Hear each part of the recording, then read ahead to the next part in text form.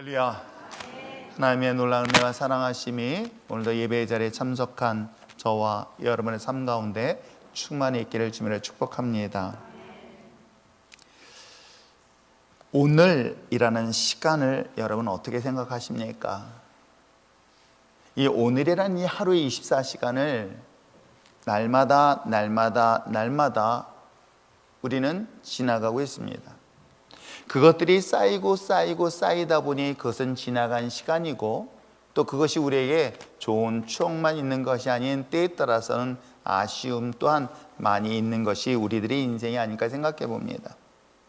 그런데 사실은 뒤돌아볼 시간도 또 앞을 볼 시간도 없이 하루하루를 정신없이 살아가고 있는 것 또한 오늘 우리들의 삶의 모습이 아닐까 생각해 봅니다.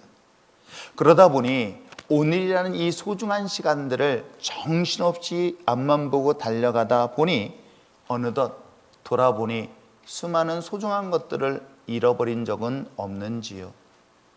앞을 오늘이라는 삶을 최선을 다해 살다 보니 정말 가장 소중한 것들, 그것이 지금 지나보니 젊은 20대의 시간이 너무나 소중했구나 라는 생각을 지금 이 나이에 생각하고 있으니 너무나 안타깝지 않을까 생각해 봅니다. 너무나 소중한 것들이 오늘 내게 주어져 있는데 그 소중한 것들을 정신없이 나의 주어진 삶에 매이다 보니 그 모든 것들을 잃어버리고 훗날 시간이 지나서 아쉽고 서운함으로 남는 것은 비단 제가 나이 탓만으로 이야기하기에는 제가 늙어서 그런가요? 더욱더 이것이 아련하게 느껴지는 경우가 오히려 요즘 같은 경우는 더 많이 있습니다. 2022년도 1월을 시작했는데 벌써 다 지나서 지금 벌써 연말을 맞이한 듯한 느낌은 저만 느끼는 감정일까요? 사실 오늘 열심히 살다 보니까 어느덧 순간 눈을 뜨고 나니 이 모든 것들이 다 한순간 지나가 아쉽고 안타까움으로 고백되어지는 것이 오늘 우리들의 인생 삶이 아닐까 생각해 봅니다. 우리 인생이라는 것을 한 번쯤 생각해 보시기를 바랍니다. 가을의 남자는 아닙니다. 가을을 맞이하면 어떤 분들은 굉장히 센치해지잖아요. 떨어지는 낙엽에 알 수 없는 눈물을 흘릴 수도 있지 않을까요? 그렇듯 우리들에게 주어진 이 삶이라는 것들을 바라보는 것, 그걸 인생이라는 것을 바라보는 것, 이 인생, 개개인의 인생의 삶을 하나의 바라보는 눈을 역사의식이라는 고급진 단어로 소개를 하고 있습니다. 개인의 인생의 역사, 개인의 삶의 역사, 이것을 바라보는 것, 그것을 객관적으로 평가하는 것, 그걸 역사의식 내지는 역사를 바라보는 눈이라고 정의를 내리고 있습니다. 저는 성경이 진리인 이유가 뭐 때문인지 아십니까? 과거에 유명하다는 고전을 읽었고, 또 제가 개인적으로 정말 좋아하는 이순신 장군의 이야기는 초등학교 때 열심히 읽으면서 그 사람의 인생이 나의 진리처럼 느낄 때도 있었습니다. 그래서 나는 거북을 만들어 가지고 저 동해바다 아니면 저 남해 가서 일본과 싸워서 이겨야 될까? 라고 어린 시절에 생각도 해봤습니다. 그래서 종이배를 열심히 만들어 봤습니다. 그런데 어떻습니까? 한 역사 속에 등장하고 소개하는 수많은 사람들의 이야기는 시대가 지나니 변하는 것들을 보게 되어지죠.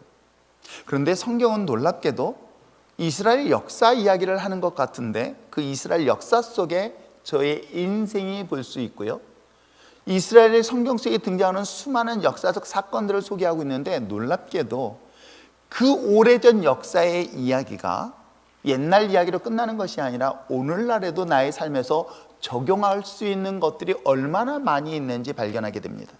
그래서 과거 500년 전, 1000년 전, 2000년 전의 이야기가 변함없이 오늘날에도 적용할 수 있고 앞으로도 변하지 않냐고 그 적용될 수 있는 것, 그걸 뭐라고 얘기하는지 아십니까? 그게 바로 진리라고 얘기하는 것입니다. 여러분 어떻습니까? 인생은 누구나 다 성공하길 원합니다. 누구나 모든 사람들이 행복하길 원합니다. 그 행복하는 것에 대한 절대적 방법을 우리는 여러 가지 방법으로 찾게 되어지죠. 어떻게 하면 인생을 성공할 수 있을까? 어떻게 하면 투자를 잘해가지고 최소한 인생에서 인생의 플러스 소득을 얻을 것인가? 이런 다양한 책들을 보며 다양한 성공한 사람들의 이야기를 듣습니다. 그런데 그 사람들이 오늘날 우리의 삶에서 다 맞을까? 틀리는 경우가 너무 많은 거예요.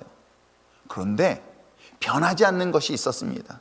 이 원리대로 발견하고 원리대로 적용하면 인생을 행복하게 되어졌고 성공하게 되었고 하는 등등의 이야기가 놀랍게도 이 성경 바이블 66권 안에 있다는 것 여러분 아십니까? 그래서 성경은 이것을 진리라고 이야기하는 이유가 있다고 한다면 시대, 역사, 문화 또는 심지어는 인종이 달라도 아니 신분의 격차가 달라도 모든 사람들이 공통적 관심인 인생의 성공과 행복에 대한 불변적 진리가 성경 속에 있다는 것을 여러분 발견해 낼 수 있는 저와 여러분 되시길 부탁드립니다. 그러기에 오늘 우리는 조금 더 나은 삶, 조금 더 행복한 삶, 좀 더 우리 인생에서 성공하기 위한 삶의 끊임없는 선택 기로 속에서 특별히 오늘 성경을 통해서 하나님의 인도하심, 하나님의 보호하심, 하나님의 축복하심을 발견낼 수 있는 저와 여러분 되어지길 다시 한번 부탁드립니다. 자, 오늘 사도행전의 이야기를 우리가 처음부터 계속 살펴보고 있습니다. 올해는 지난해는 요한복음에 이어서 사도행전의 이야기, 즉 하나님의 나라가 이 땅 가운데 임하였습니다. 하나님의 나라가 여러분 각자 개인의 삶 속에 임하였습니다. 하나님의 나라가 한 공동체 가운데 임하였습니다. 하나님의 나라가 한 개인의 가정 속에 임하였습니다. 그 하나님의 나라가 그 가정의 개인의 삶 속에 어떤 한 지역에 임하였었을 때 어떤 변화들이 일어나고 있는가, 어떤 일들이 일어나고 있는가의 이야기가 사도행전의 이야기이기도 합니다. 그런데 여러분, 사도행전의 이야기는 우리와 전혀 다른 세상의 이야기를 말하고 있지는 않습니다. 똑같은 삶을 살아가는데 예수를 믿는 것으로 인하여 보혜사 성령, 즉 하나님의 나라를 경험했었을 때에 어려움도 당하고 고난도 당하지만 이것을 극복해내는 이야기들이 소개되어져 있고, 갈등과 다툼과 분쟁 속에서 하나님의 나라를 경험한 사람들이 하나 되어지는 이야기를 하고 있으며, 평생 저주처럼 묶여 있었던 내 육신의 질병이 하나님의 나라가 임하였을 때 치유되어지고 회복되어지는 이야기가 성경 속에 소개를 하고 있는 것이죠.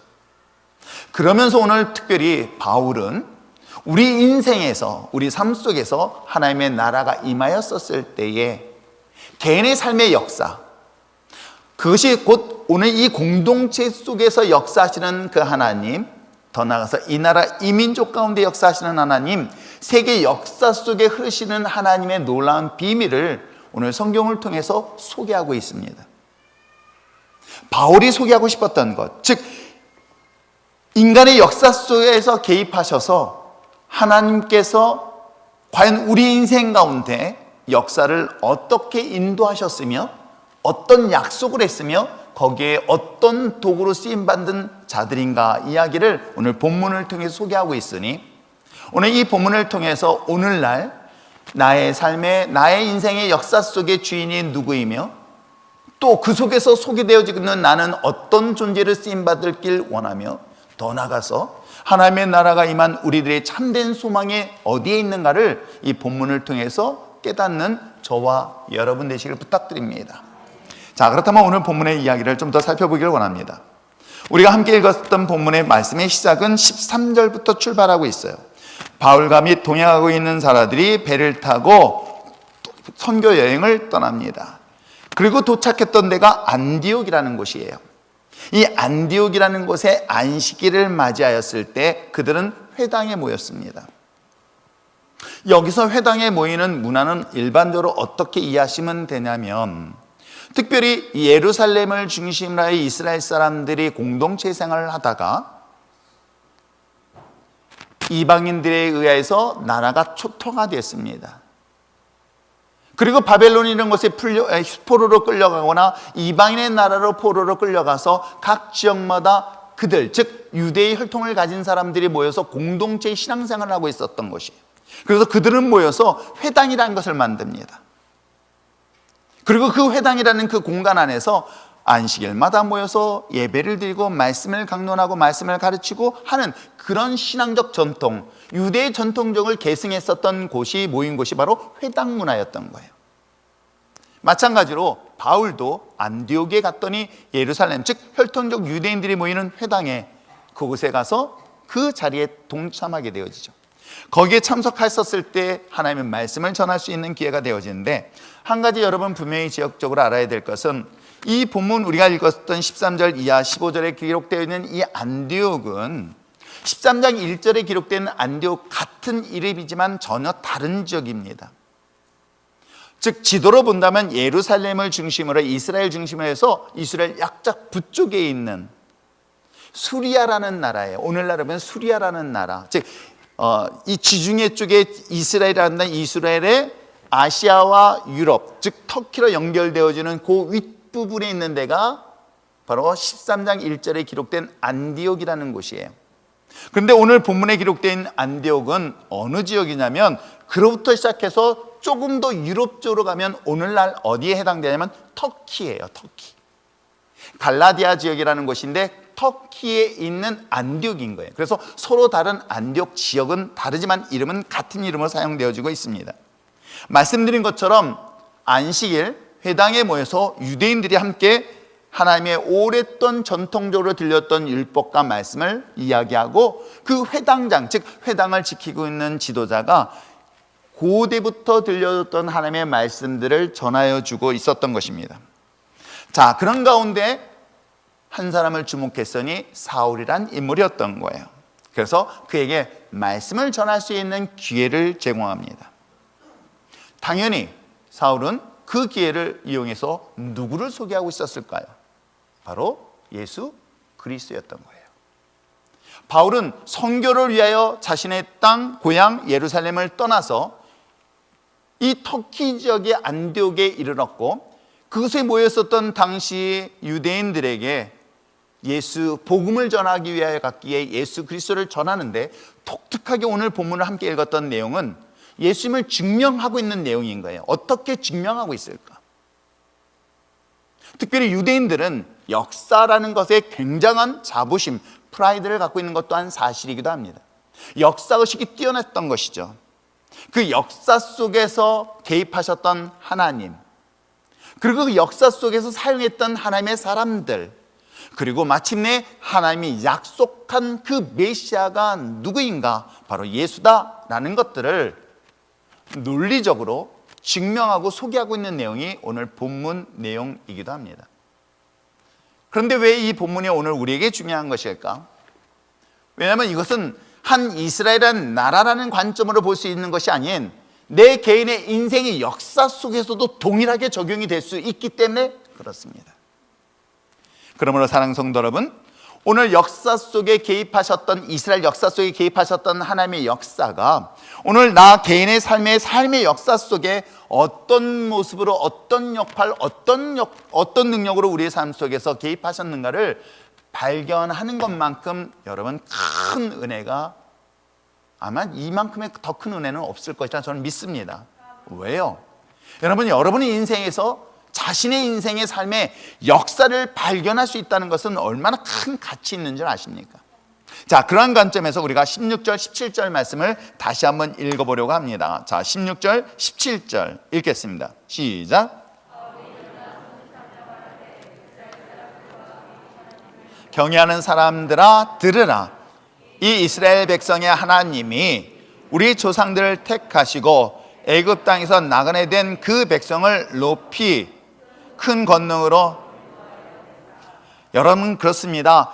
하나님의 백성들, 나그네 됐던 애굽 땅에서 나그네 됐던 백성들을 높였습니다. 그리고 그 권능으로 인도하여 냈습니다. 그러면서 18절부터 23절까지 뭐라고 얘기하고 있냐면, 오랫동안 그들의 잘못, 그들의 허물이 있으면서도 참으셨습니다. 그럼에도 불구하고 그들은 그들 땅에 있었던 가나안 일곱 족속을 멸하셨습니다. 또 뿐만 아니라 그 땅을 450년 동안 주셨습니다. 그리고 선지자를 세우셨고 사무엘을 통해서 왕을 세웠습니다. 그 왕을 통해서 다윗이 세워졌습니다. 다윗에 이어서 또 다른 왕 메시아, 영원한 메시아를 줄 것이다 라는 이야기를 쭉 하고 있습니다. 근데 이 본문에서 쭉 이야기하고 있는 23절까지 내용에서 주어가 있습니다. 뭘까요? 바로 하나님이라고 얘기하고 있는 거예요. 즉 오늘 이 역사의 이야기를 쭉 하고 있는데 그 역사의 가장 중심적 주어는 누구를 말하고 있느냐? 여호와 하나님을 말하고 있는 거예요. 이스라엘 백성의 하나님, 이스라엘 백성의 하나님이 바로 주어로서, 즉 다시 이야기한다면 이스라엘 역사 속에 그 역사의 참된 주인은 누구시다? 하나님이시다 라는 사실을 바울은 바로 이 안디옥 교인들에게 이야기를 하고 있습니다. 그 역사 속의 주인이신 그 하나님이 택하셨습니다. 그리고 하나님은 그들을 높이셨습니다. 그리고 마침내 그들을 안전한 곳으로 인도하셨습니다. 그런데도 불구하고 그들이 허물이 있으면서도 불구하고 하나님은 참으셨습니다. 그리고 그 땅에 있는 그 7 족속을 내어 쫓고 그 땅을 주셨으며 너희들이 요구하는 대로 왕을 세웠고 다윗을 주셨다라고 하면서 계속 이 모든 것들의 주인이 누구다? 하나님이 하셨다는 얘기를 지금 하고 있는 거예요. 여러분, 저 역시도 저의 인생이 제 것이라고 생각하며 살았던 시절이 있었습니다. 노래도 있지 않습니까? 있나요? 내 인생은 나의 것? 내 것이, 내 인생이 내 것이라고 생각하며 착각하며 살았던 시절 전도 있었습니다. 인간 중심적 관점에서, 인본주의적 관점에서 삶의 주인이 누구냐라고 한다면 당연히 저라고 얘기했었습니다. 인생의 주인이 과연 누구냐? 저라고 생각했습니다. 그러기에 당연히 역사의 주인 또한 인간인 나라고 생각했습니다. 이 모든 것이 중심이 나였습니다.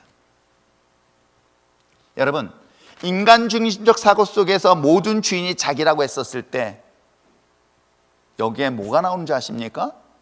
여기에 교주가 나온 건 아십니까? 인간이 주인이라고 생각했었을 때, 사람이 주인이라고 생각했었을 때 놀랍게도 독재자가 나온 것 여러분 아십니까? 인간이 가지고 있는 힘이 있습니다. 우리가 힘이 없고 권력이 없을 뿐이에요. 제가 볼 때 돈도 없네요. 근데 여러분 잘 생각해 보세요. 여러분이 만약에 권력을 가지고 있다고 생각해 봅시다. 상상만이라도 해봅시다. 여러분이 돈을 갖고 있다고 생각해 봅시다. 여러분이 힘을 가지고 있다고 생각해 봅시다. 자, 힘, 돈, 권력 등등 이 소유한 것을 가지고 여러분 어떤 삶을 살 것 같습니까? 그래, 내 이 권력을 가지고, 내 힘을 가지고 사람들을 섬길 거야, 더 어려운 사람들을 섬길 거야 라고 이야기하지만 여러분 어떤 줄 아십니까? 에이, 힘들게 내가 설거지해? 사람 쓰지. 사람을 쓰면서 주종의 관계를 만듭니다. 내가 힘을 가진 것 때문에 또 다른 인간을 지배하게 되어집니다. 또 다른 권력을 가진 자들은 또 다른 권력을 가지고 또 다른 인간을 다스리게 됩니다. 이것이 인간 중심적 사회 구조 속에 나타나는 특징이죠. 제가 어렸을 때 어머님이 가르쳤던 교훈 중에 하나가, 참 감사했던 교훈 하나가 있어요. 사람 위에 사람 없다. 이 얘기를 어렸을 때 참 많이 해주셨어요. 교만하지 말라는 거예요. 무시하지 말라는 거예요. 사람 위에 사람 없고 사람 아래에 사람 없다. 모든 사람은 다 공평하다라고 저 어렸을 때, 초등학교 때 어머님이 저한테 가르쳤던 이야기를, 제가 세월이 지나고 시간이 지나고 성경을 보니까 되게 성경적인 이야기를 하셨어요. 근데 참고로 그때 저희 어머님은 불심이 돈독하셨어요. 인간 중심적 세상 속에서 살아가고 있는 인본주의는 어느덧 자신이 중심이 되어지고 자신이 우상이 되어지고 자신이 주인이 되어지고 있는 것이 오늘 우리들의 삶이었던 거예요. 그래서 이 모든 것들의 중심이 모두 자기에게 맞춰져 있는 것이 사실이기도 합니다.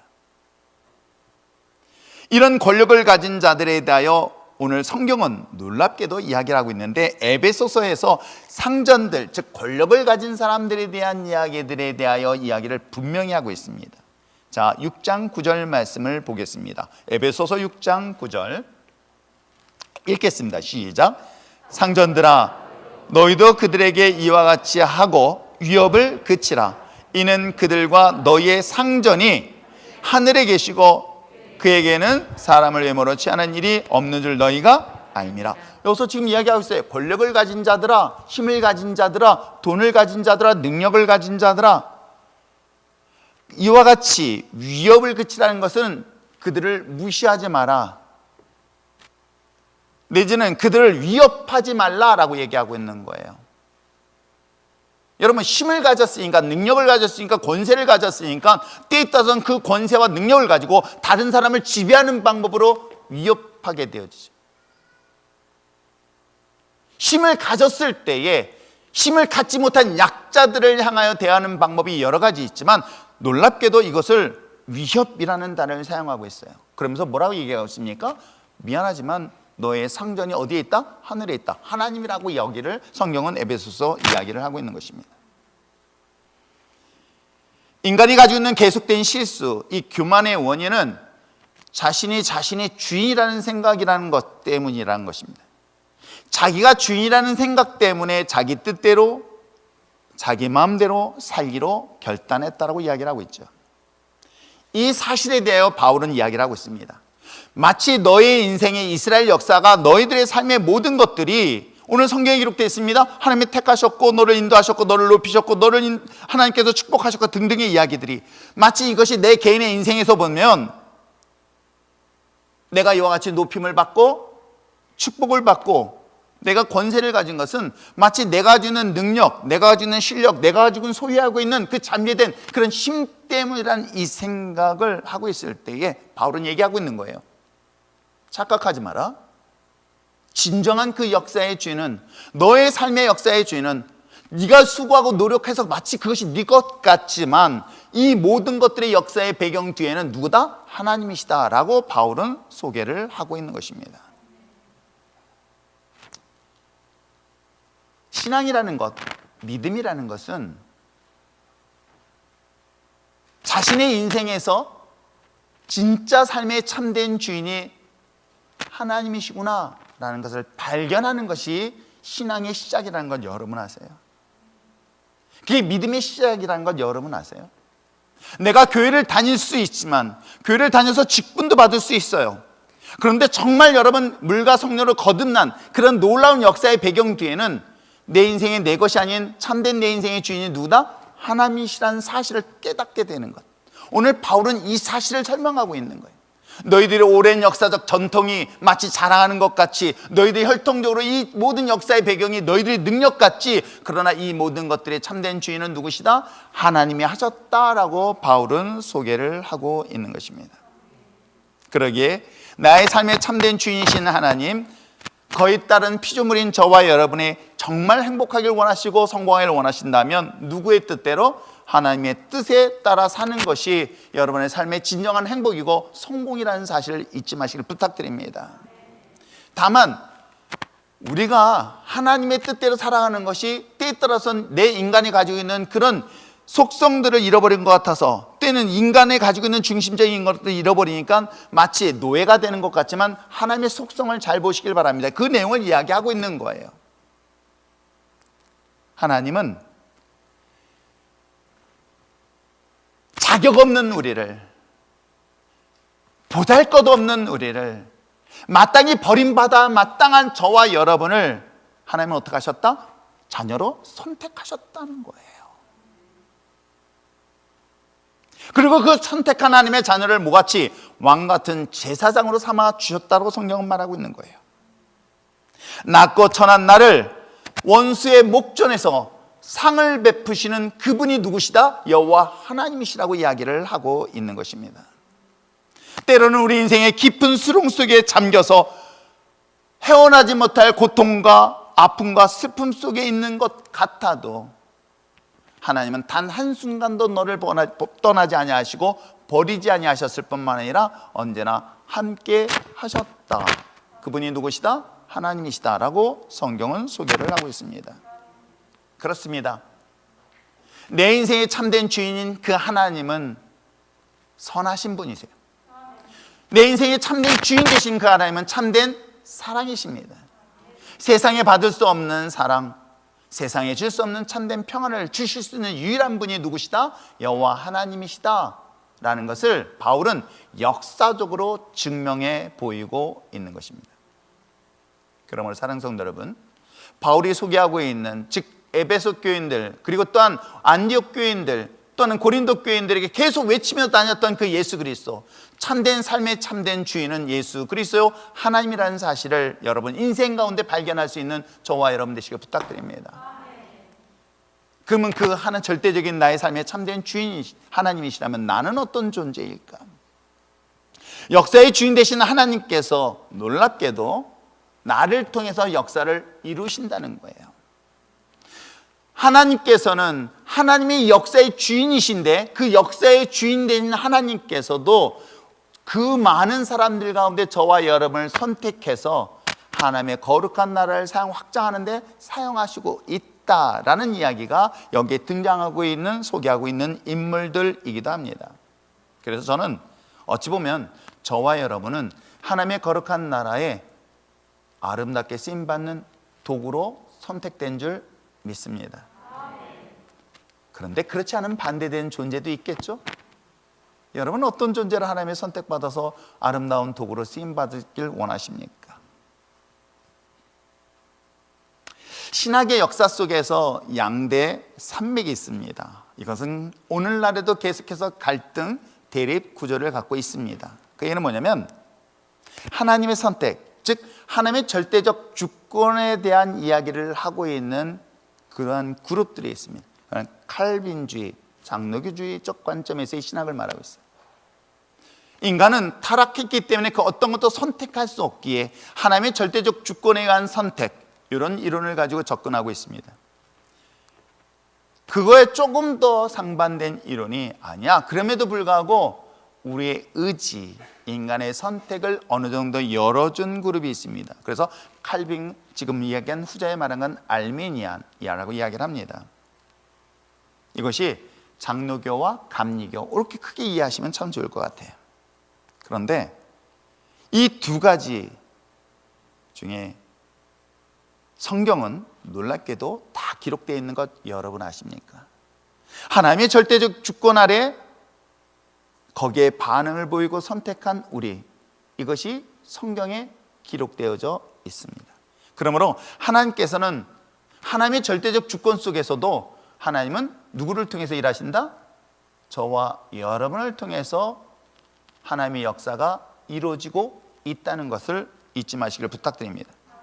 하나님은 하나님께서 사람을 통해서 역사를 만들어가고 있는 이야기, 그것이 바로 오늘 성경 속에 등장하고 있는데, 자 17절에는 가나안의 7 족속을 멸하시는 하나님 이야기를 하고 있습니다. 그랬더니 거기는 사람이 등장하지 않나요? 등장합니다. 7 족속을 물리치는데 혁혁한 공을 세웠던 사람이 누구였습니까? 그랬더니 모세, 그럼 곤란합니다. 여호수아. 하나님의 거룩한 나라, 여기 성경은 분명히 이야기를 하고 있죠. 뭐라고 얘기하고 있습니까? 17절에 이스라엘 백성의 하나님이 우리 조상을 택하시고 애굽 땅으로 나가된 그 백성을 높여 그 건너로 인도하였습니다. 그러면서 19절에 뭐라고 얘기하고 있습니까? 가나안 땅 7 족속을 누가 멸하였습니다. 누가 멸했다는 거예요? 하나님이 멸했다고 했는데 거기에 사용된 사람 누구예요? 여호수아예요. 즉 하나님께서는 이걸 멸하셨지만 멸하심에 대한 사용되어졌던 도구의 이야기들을 계속 설명하고 있어요. 사사시대도 마찬가지고, 또한 사무엘을 통해서 왕이 세워진 이야기 또한 마찬가지입니다. 하나님께서 역사하시고 그 역사에 반응하고 있는 인간의 이야기, 이게 성경의 이야기고 우리의 이야기예요. 즉 다시 한다면 이건 이스라엘 역사로 적용하지 말고 오늘 개인의 삶에서 이야기를 하시길 바랍니다.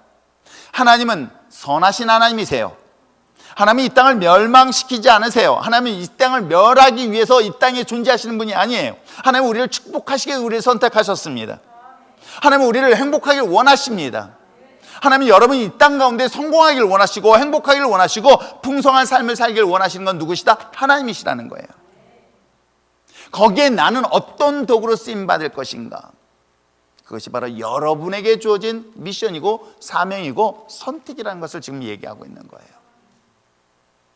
이걸 듣는 여러분들에게는 그걸 들을 수 있을 때 선택할 기회를 주는 거예요. 그래서 성경은 말하기는 귀 있는 자는 들으라고 이야기하는 이유가 뭐 귀 없는 사람이 있었습니까? 다 있었어요. 오늘 이 자리에서도 이 말씀이 그래 하나님이 내 인생이 참된 주인이야 라고 그걸 받아들이는 사람이 있는가 하면 그걸 귀를 막고 내 인생은 내 것이야 라고 하는 사람이 있듯이 그거에 대한 선택의 몫은 누구의 몫으로? 바로 여러분에게 가치 있다는 것을 성경은 계속 이야기를 하고 있는 것이. 그래서 귀 있는 자는 들으라 하는 그 하나님의 말씀처럼 그래 이 역사의 주인 참된 주인이신 그 하나님 앞에서 내가 어떤 도구로 쓰임받을 것인가 라는 이야기에 쓰임받는다면 여러분 어떻습니까? 일곱 족속에 멸하는 사람으로 쓰임받기를 원하십니까? 아니면 일곱 족속을 정복하는 데 쓰임받는 사람이 되어지기를 원하십니까? 만약 여러분들이 일곱 족속에 속하여서 멸망되는 사람이라고 한다면 아마 그걸 선택한 사람은 없을 거예요.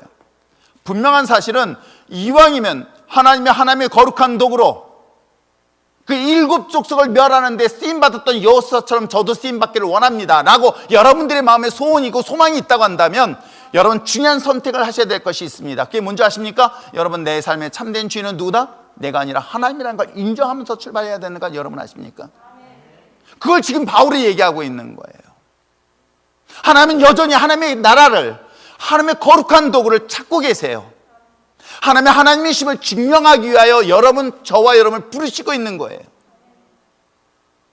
그 부름의 자리에 내 인생은 지금까지 나였습니다.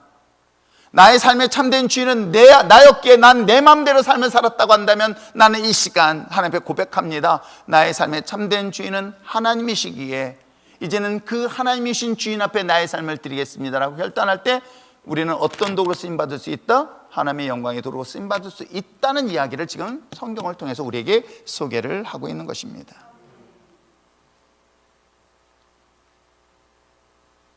하나님의 나라, 하나님의 임하신 천국, 거기에 합당한 사람들을 지금 찾고 있는 것입니다. 그래서 오늘 22절에 대표적인 한 사람의 이름을 소개하고 있어요. 자, 22절 읽겠습니다. 시작. 패하시고 다윗을 왕으로 세우시고 증언하여 이르시되 내가 이새의 아들 다윗을 만나니 내 마음에 맞는 사람이라 내 뜻을 다 이루리라 하시더니. 누구의 마음에 맞는 사람? 하나님의 마음에 맞는 사람. 다윗도 얼마나 허물이 많은지 아시지 않습니까? 남의 멀쩡한 가정을 파탄시킨 그야말로 아주 안 좋은 죄를 지은 사람이 다윗이기도 합니다. 그랬더니 나도 그래도 된다. 의외가 안 됩니다. 그런 허물이 많았으면서도 불구하고 다윗이 항상 그 삶의 주인을 고백했던 게 뭔지 아십니까? 나의 삶의 참된 주인은 누구시다? 하나님이시다. 때에는 육신의 정욕을 이겨내지 못하여 범죄를 했을지라도 그런 가운데서도 참된 내 인생의 주인이 하나님이시라는 것을 날마다 고백하고 고백했던 것이 시편의 이야기인 것 여러분 아십니까? 여러분 그렇습니다. 하나님의 나라를 세움에 있어서 하나님의 뜻을 분별하고 깨닫고 복종하는 자, 즉 하나님의 나의 참된 인생의 주인이시기에 그분의 뜻에 내가 복종하겠습니다 라는 그러한 자들을 통해서 오늘 성경 속에 등장하고 있는 것처럼 하나님의 거룩한 도구로 쓰임받는 이야기. 저는 개인적인 욕심이 있다고 한다면 저는 율전교에 속해 있는 모든 사람들이 하나님의 아름다운 영광의 도구로 쓰임받기를 저는 소망해요. 세상 사람, 여러분 생각해 보세요. 내 자녀가 세상에서 조롱받고 손가락질 당하면서 무시당하는 것 좋아하는 부모가 과연 몇이나 있겠어요? 차라리 병원비를 들더라도 맞는 것보다 때리고 오라고 하고 싶진 않을까요? 그래, 때리라고 싸우라지 않겠지만 그래서 내 자녀가 세상 사람들한테 손가락질 당하고 무시당하는 걸 원하는 부모는 단 한 명도 없을 거예요. 그렇다면 하나님도 마찬가지 아닐까요? 하나님은 여러분의 삶의 참된 주인이시기 때문에 세상에서 부끄러움 당하게 원하지 않습니다. 세상으로서 조롱당하는 것 또한 원하지 않습니다. 그래서 비록 내가 가지고 있는 건 아무것도 없어도 내 안에 있는 하나님이었기에 나는 담대하게 세상과 나와 싸워 승리할 수 있다 없다? 있다는 거예요. 그리고 그런 믿음의 사람들을 세상 역사의 도구로 사용되어진 이야기가 성경 속에 기록된 것 여러분 아십니까? 일개 목동 출신이었던 자라 이스라엘 가장 위대한 왕으로 삼을 수 있었던 것은 딱 하나예요. 그의 삶의 참된 주인이 누구였다? 하나님이었다는 것. 저는 여러분들이 세상에 많은 욕심을 갖고 있으면서 정작 하나님 앞에 이렇게 같이 영광의 도를 쓰임받겠다는 욕심들을 왜 내지 못하는지 잘 모르겠어요. 저는 그것을 거룩한 욕심이라고 이야기할 수 있어요. 하나님, 나는 무명한 자입니다. 하나님, 나는 이제 나이가 많아서 아무도 나를 불러줄 사람이 없습니다. 하나님, 난 배운 지식도 짧습니다. 물려받은 유산도 없고 가진 것도 없습니다. 몸은 쇠하였습니다. 그러나 하나님은 나의 하나님이십니다. 비록 뒤늦게 주님을 만났어도 내 인생 가운데 참된 주인이 하나님이시라고 한다면 하나님은 여전히 여러분을 통해서 영광의 도구로 쓰임받게 한다는 것 여러분 아십니까? 하나님의 자녀들, 하나님의 자녀들이 세상 속에 부끄러움 당하지 않도록 누가 지키신다? 하나님이 지키신다는 거예요. 그 이야기를 지금 하고 있는 거예요. 그러므로 사랑하는 성도 여러분, 최소한 사람들 앞에서 내가 부끄러워서 자신 없어서 욕심을 못 낸다 할지라도 하나님 앞에서 욕심을 내시기 바랍니다. 이왕이면 하나님, 나를 하나님의 거룩한 도구로 쓰임받게 하여 주시옵소서. 그럼 내가 잘나기 위해서 하냐? 하나님이 이걸 통해 하나님의 영광을 드러내기를 원합니다. 근데 놀랍게도요, 이 영광이 나의 삶 속에서, 내 자녀의 삶 속에서도 영광으로 드러나는 것 여러분 아십니까? 그러므로 사랑하는 성도 여러분, 역사의 참된 주인, 내 인생의 삶의 참된 주인은 누구시다? 여호와 하나님이시다. 거기에 지금 하나님의 영광의 도로 쓰임을 받기 위해 찾은다면 하나님은 나와 여러분이 하나님의 거룩한 영광의 도로 쓰임받는 저와 여러분 되시길 바랍니다. 그런 영광의 도구가 주어진 우리들에게 주신 사명, 소명이 있어요. 소망이라고 그러죠. 소망. 여러분, 여러분의 소망이 어디에 있습니까? 그랬더니 여기서부터 우리의 신앙에 충돌이 일어나는 거예요. 뭐가 일어나냐면, 이게 신앙생활하면서 이게 인본주의적 신앙과 신본주의적 신앙인 거예요. 우리가 신앙생활하면서 인본주의적 신앙은 오늘 우리들의 신앙을 계속 타락하게 만든 것 여러분 아십니까? 그 소망이 나에게 있고요, 그 소망이 내 주변의 삶에만 묶여 있다고 한다면요, 여러분, 이것이 성취되면 그 다음부터는 하나님이 그리 필요하지 않게 되죠. 여러분, 여러분의 참된 소망이 어디에 있는가? 오늘 이 사실을 또한 바울은 소개를 하고 있습니다. 우리의 삶의 참된 주인이 하나님이시며 우리가 저와 여러분의 하나님의 거룩한 도구라고 한다면 이제는 여러분들이 가져야 될 참된 소망의 대상이 있어야 됩니다. 그게 바로 내가 아니라, 내 사업장이 아니라, 내 인생이 아니라, 바울은 누구를 소개하고 있습니까? 예수 그리스도라고 이야기를 하고 있는 거예요. 사실은 맨 마지막 절, 우리가 읽어야 될 23절의 말씀, 하나님이 약속하신 대로 이 사람의 후손에서 이스라엘 위하여 구주를 세우셨으니 곧 예수라. 바울은 이 이야기를 하고 싶었던 거예요. 그가 소개하고 싶었던 것 또한 예수였던 거예요. 여러분의 참된 인생의 참된 소망이, 소원이 바로 예수 그리스도라는 사실을 바울은 이야기하고 있으며 우리가 들어야 될 존재 또한 예수 그리스도라는 것을 잊지 마시기를 부탁드립니다. 내 인생의 참된 주인인 하나님, 거기에 쓰임받기 위해 소망하고 있는 저와 여러분, 그런 우리의 참된 소망은 예수 그리스도다. 이 내용을 바울은 소개하고 있고 오늘날 우리들에게도 동일하게 적용해야 될 내용은 아닐까요? 역사 속에 등장하는 수많은 위대한 인물들, 그들을 바라보며 오늘 우리는 용기 또는 위로, 희망의 대상이 되어지는 경우가 있습니다.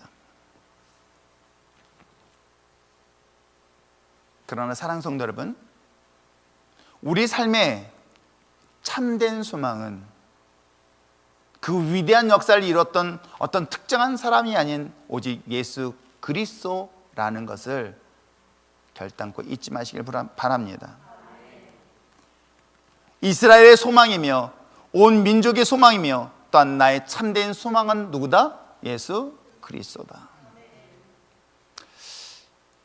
목회를 하는 입장에서 선교지를 방문하게 되어지고, 특별히 이달 마지막 주에는 우리가 그동안 6년이라는 기간 동안에 사실 동남아시아에 대하여 그렇게 제 마음에 닫혀 있는데도 불구하고 우본 땅을 방문하게 됐고, 그곳의 4개의 대학을 바라보면서 제 가슴을 뛰게 했고, 그러면서 그곳에서 하나님이 기뻐하는 교회를 세우는 것에 대한 그 비전은 여전히 제 마음을 뜨겁게 하고 있는 것 또한 사실이기도 합니다. 그래서 만났던 교회가 무항삼식교회였고 등등의 여러 교회였습니다. 그 무항삼식교회, 그 많은 교회들 중에 특별히 그 교회를 애착 가졌던 건 이유는 딱 하나였었어요. 지금은 시집 갔지만 딸 한 명이 저한테 얘기를 했어요. 목사님, 우리가 여기 와서 선교하고 저기 했지만 혹시 이곳에서 예배 드리면 안 될까요? 라는 제안을 저한테 했어요. 유진이라는 청년이. 제 마음에 감동이 왔습니다. 그래, 우리 한번 예배 드리자. 그래서 말씀을 전했습니다. 뜻밖의 그들은 사모함이 컸던 거예요. 그동안 많은 선교사들은 선교를 위해서 그들에게 많은 물자도 주고 그랬을지 모르겠지만 그들에겐 정말 필요했던 게 뭐였을까? 복음이었던 거예요. 사모함이 컸던 거예요. 그래서 제가 미션을 줬습니다. 하나님의 은혜 가운데 축복받기를 원하고 구원받기를 원한다면 말씀으로 쓸 수 있겠냐? 라 했더니 그들은 시작했습니다. 그들은 말씀을 읽기 시작했습니다. 많은 사람들이 불가능하다고 얘기했던 그곳에 말씀이라는 것이 들어가기 시작했습니다. 성경을 읽기 시작했습니다. 매일같이 성경을 읽어가면서 그들의 삶이 변화될 것들을 보고를 받게 됩니다. 그리고 마침내 그 중에 한 명이었던 자매가 하나님의 은혜 가운데 참 많은 은혜의 축복을 경험하게 되었고, 그래서 교회를 건축하는 데 많은 역할들을 했고 지금도 교회 세우는 데 많은 일들을 감당하고 있는 그 딸이 결혼을 한다고 그 명주례자를 알고 난 비행기 티켓을 보내줄 줄 알았어요. 무지하게 비싸더라고요. 근데 초대를 했습니다. 고민했어요. 이제는 그곳에 거리를 둬야 되겠다. 거기 사역자들이 있기 때문에. 그런데 이 자매가 그걸 놓고 오랫동안 기도했다는 그 말을 듣고 제가 마음에 먹먹해 왔어요. 사실 저도 제 마음 한편에 보고 싶었거든요. 그리고 잘 훈련받고 있는 것에 대한 이야기를 듣고는 있지만 또 그들에 대한 영혼에 대한 목마름이 있었거든요. 그래서 결단하고 제 마지막 제주에 곳에 가야 되겠다. 준비를 하고 있는데 방콕에다도 만난 선교사한테 이번 기회에 가서 아이 교회를 세워야 되겠다. 그러면서 내가 확신하게 있는 게 있었어요. 여러분, 강도 만나 피 흘린 사람이 불쌍할까요? 아니면 헐벗고 굶주려서 메말라가고 영양실조에 쓰러져 죽어가는 그 사람들이 불쌍할까요? 혹시 여러분들이 그 사람들만 불쌍하다고 생각하십니까? 벤츠를 끌고 고급차를 끌고 풍요롭게 사는데 그들은 혹시 불쌍하게 느껴본 적은 없나요? 권력을 가지고 있고 능력을 가진 사람들이 혹시 불쌍해 보인 적은 없나요? 왜 그들이 불쌍하게 제 눈에 보이죠? 제 눈에는 헐벗고 굶주린 게 불쌍한 게 아니라 그들에게 뭐가 없다? 뭐가 없다는 거예요? 예수가 없다는 거예요. 그들의 진정한 불쌍함은 예수가 없는 게 불쌍한 것뿐이에요. 복음이 없는 게 불쌍한 거예요. 왜요? 내 인생의 참된 주인은 하나님이셨습니다.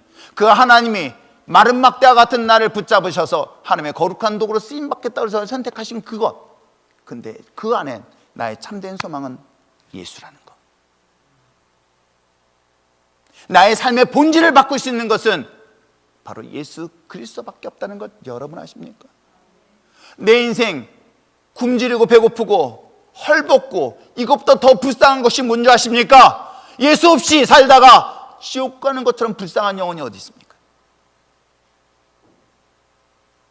내가 아무리 세상 가운데 풍요로운 음식을 갖고 잘 먹고 잘 산다 하더라도 예수 없이 살아가서 마침내 지옥 가는 것, 그것처럼 불쌍한 영혼이 과연 어디 있겠습니까?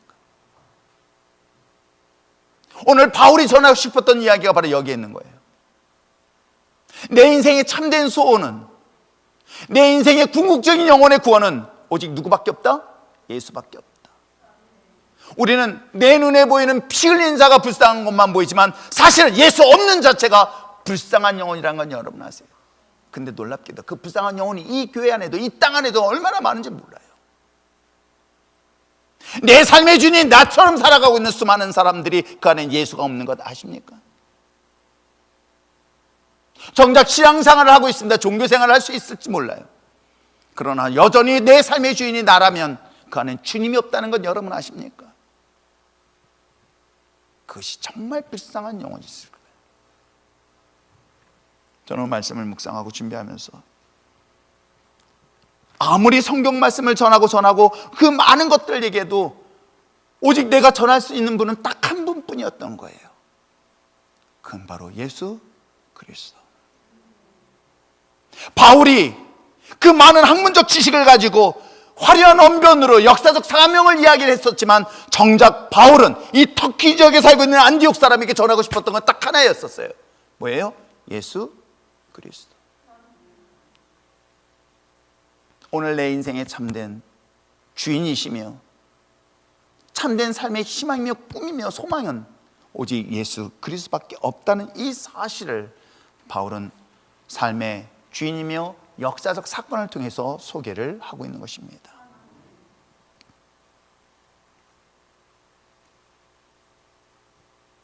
때로는 교회를 자랑하고 싶고, 때로는 목사를 자랑하고 싶고, 때로는 소유한 것을 자랑하고 싶지만, 그러나 외치고 또 외쳐야 될 것은 오직 예수밖에 없다. 안진뱅이를 익히고 죽은 자를 살릴 수 있으며 나의 영혼을 구원하실 수 있는 유일한 분은 오직 예수 그리스도밖에 없다. 사랑 성도 여러분, 여러분의 인생에 참된 소망은, 여러분의 인생에 참된 소원은 오직 예수 그리스도밖에 없다는 이 불변의 진리를 오늘도 가슴에 새겨서 여러분의 눈이, 여러분의 시선이, 여러분의 삶의 모든 것들이 오직 예수 그리스도를 향하여 나갈 수 있는 여러분 됐으면 참 좋겠어요. 이 세상에 만병통치약이 있으면 여러분 그 약을 사겠다고 얼마나 많은 사람들이 발버둥칩니까? 그런데 사실 내 인생에 얽매인 모든 것들을 해결할 수 있는 분, 저주와 죄와 사망의 그 고통에서 벗어나서 자유케 할 수 있는 유일한 분은 누구밖에 없다? 예수 그리스도밖에 없다는 이 사실. 그래서 내 몸, 내 심장, 내 모든 걸 찔러도 나는 오직 예수 그리스도요 라고 고백하며 증언하며 나갈 수 있는 저와 여러분 됐으면 참 좋겠어요. 내가 세상 어느 곳에 어느 선교지에 가더라도 물론 그들의 필요한 물질은 내가 줄 수 있을지 모르겠지만 정말 내가 전해야 될 것은 누구다? 오직 예수 그리스도밖에 없음을 날마다 외치고 전하며 나갈 수 있는 저와 여러분 되시기를 다시 한번 주님을 부탁드립니다. 기도할까요? 오늘 이 시간 말씀을 생각하며 다시 한번 기도하기 바랍니다.